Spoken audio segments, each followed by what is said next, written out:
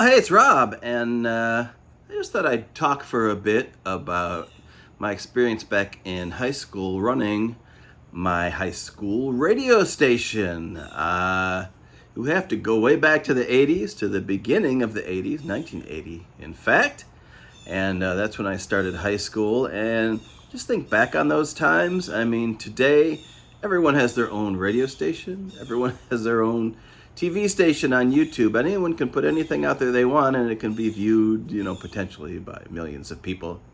Back in 1980, this wasn't really the case at all. We had, I don't know, maybe a dozen TV stations. We had 2, 4, 7, 9, I think 11, 13, and a few more on UHF or whatever, but there wasn't a lot out there. And they even had a thing back around that same time where you can add a set-top box on your TV and get one cable channel for $20 a month. It was called On TV. I think it actually replaced Channel 20, by the way. But anyway, so there wasn't much. We were outside riding around our bikes, yada yada. You've heard old people like me say this stuff all the time. But my point being that being on the radio in 1980 was still a pretty cool thing. Even if it was a 10-watt, high school station that would only broadcast in, the city I lived in, give or take a couple miles here or there. But, the signal did not go very far, and it was way on the left side of the dial, as all the high school stations were back then. But you could actually get on the radio, and people could hear you. So it was, kind of a real novelty back then, and I was very lucky that my high school had a station. Other high schools in the area had stations as well. Today, I don't think they exist, and why would they? You can just make your own playlists or do your own podcast or whatever. But back then, it was really a cool thing to have a radio station, especially if you were a kid who was into music like me. I was not into sports. I was not an athlete. I was not one of the popular kids, even though I don't even know if we had any popular kids in our school. But if we did, I certainly wasn't one of them. So to have a place like a radio station to hang out and to chill out, we had a room in the back with a couch. You could just do your homework there or whatever, and a desk, or just hang out and, watch the people do their radio shows, listen to the music. It was just a cool kind of place, a little private club for you to spend your time in after school. So our radio station was called WOPR, stands for Oak Park Radio. I grew up in Oak Park, Michigan. And it had been around, I don't know, for maybe 10 years or something or other by the time I got there. It was in pretty bad shape. I didn't start till my sophomore year, it would be 81, 82. And by then, the equipment was really old. It was kind of disorganized. I don't think we had a sponsor. I think it was just a bunch of kids playing records over the air. Just kind of chaotic, freeform kind of a situation. And thankfully, that changed the next year when cable TV, actual cable with multiple channels, came to my town, and a company named Continental Cablevision gave us 10 grand. So we rebuilt the studio, we hired a sponsor, we hired somebody to give us instruction on what professional DJs do. His name was and is his radio name is Larry London. His name is Perry Berkeley. He was a student who had graduated, I don't know, maybe 4 or 5 years before me. He seemed like a grown-up adult, and he had a job as a real disc jockey on Honey Radio, WHND, which played oldies back then, and I actually got to go to the station and watch him do his show. It was pretty exciting. Anyway, so we got this 10 grand, and we bought a bunch of new gear. We got a new console. We got compressors and things that would improve the sound. We got a Revox B15, I think, reel-to-reel deck, which was a really nice high-end reel-to-reel deck that we could learn editing on, and we could put together promos and things like that for the show.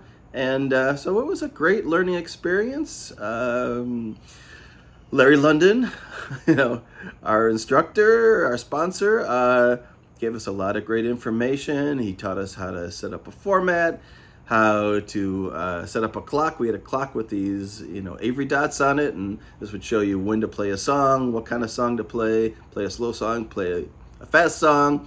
At 15 minutes, you were going to play a station promo, or we had these PSAs like from the Army and whatever that we would have to play. I think it was part of the, charter of the radio station that we would have to play these informative public service announcements. And we were taught how to do that, how to segue between songs, how to, upsell or backsell or whatever. And, we learned how to work the equipment, how to, run the songs together, how to queue up songs. Back then we had turntables, and you would have a little switch on the board that said cue, and you would listen and find the beginning, and you would spin the record back and find the spot right where it was going to start up.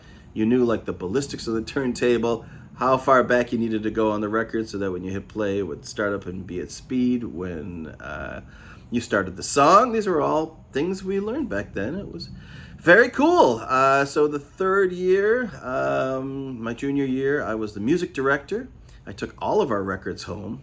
I listened to all the records. I typed up file cards and categorized them by different musical styles, things like that. I picked the songs I thought that would be good to play from my limited knowledge of music. We had a color-coded system. We had red for rock. We had green for jazz, yellow for easy listening, soul and R&B. Unfortunately, it was the black Avery dot sticker, but made sense, I guess. And so we set up this format where in the morning we'd have the easy listening. It was called a block format. In the afternoon we had jazz, we had classical, we had R&B, soul music, and then at night we had rock. That third year I had, I think, a jazz show in the afternoon. And I came back and did a new wave show called Nouveau Rock, because I was taking French in school at night, where I'd play 2 hours of my favorite new wave jams from 8 to 10 p.m. And then I'd go home and start again the next day or whatever. But it's a great experience. Finally, senior year, I was the one in charge. I was the operations manager. I was in charge of scheduling, finding people that were interested in the station and promoting the station. Another thing we did was we got what was called servicing from record distributors, where you would literally call and say, I need servicing, and it was like this magic word, and all these free records would appear at your station. You get all the promo records from all the major labels. I think a couple I had to drive and get them. Some they would mail them to us. But so anytime a new record come out, more likely than not, it would arrive in a box with a bunch of other new records, and we could play it, listen to it, and add it to the station rotation. Besides records, we had things called carts. And carts were like, they were 8-track tapes, basically. They were 8-track tape shells, although they were a lot more durable, probably had better quality tape. And instead of having, 8 different programs or whatever, actually 4 different programs of stereo, we had one program of stereo. So we would just have one song on this 8-track cartridge, and this was the standard when all radio stations used carts. They rotated carts. They had automated machines that would play the carts and recycle them at the end. The problem with these carts was that you would have to record them yourself. So you would get your 45 RPM single, you would hit record and record, Hungry Like the Wolf by Duran Duran onto a sufficient length cart. So if the song was 3 minutes, you'd get a 3-minute and 30-second cart, and you would record it on there, and that's what you would play. If you wanted to hear that song, you would play the cart most of the time. You wouldn't have to keep queuing up the records all the time. The problem with the carts was that people would forget at the end of the song. They would hit stop, or they would pull the cartridge out, and then the problem was you had 30 seconds of dead air at the end of the tape before the cart recycled. It was just a infinite loop. But so inevitably, there was no way to cue it or preview it ahead of time. You would stick the card in, you would announce, that we were about to hear Duran Duran, you'd hit play, and you'd just get a bunch of hiss. There was nothing there. You'd have to wait until the cart cycled all the way through. That was just part of the fun of being at a high school station. Obviously, there were multiple times when we had dead air, when you'd knock the turntable by accident and the needle will go, scratching across the record or whatever. So those are all the kind of the fun things. I forgot to mention, I had a morning show in 11th grade where I had a partner named Ari Hopman. He's the guy in the picture you saw, the thumbnail at the beginning of this video. And he's gone on to do comedy and been in movies and that kind of stuff. So we actually had our own comedy morning show. It was not very popular, but we had a few people that listened, and we would come in at about 6:30 in the morning, write out little routines and stuff, act them out, and then we would go to class. And it was a lot of fun.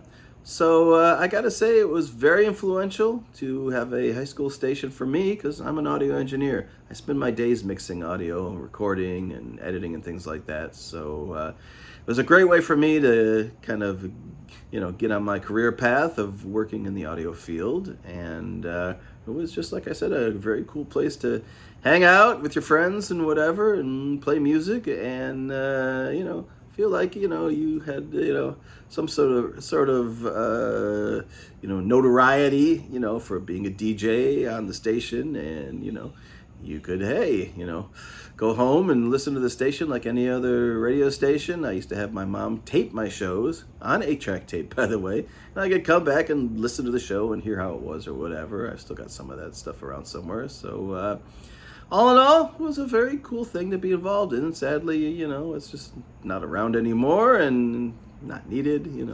Technology has moved on, but it was a real special thing to be involved in a high school radio station, especially back in that area in the 80s, before CDs, before the internet, before we had all these other things to distract us and to fill up our time. We had radio and TV and books, or we went outside and ran around with our friends. But that was it, a much simpler time, and it was a great thing to be a part of. All right, thanks for watching. If I think of anything else that I think is somewhat interesting, I'll come back on and I'll tell you about that too. All right, later.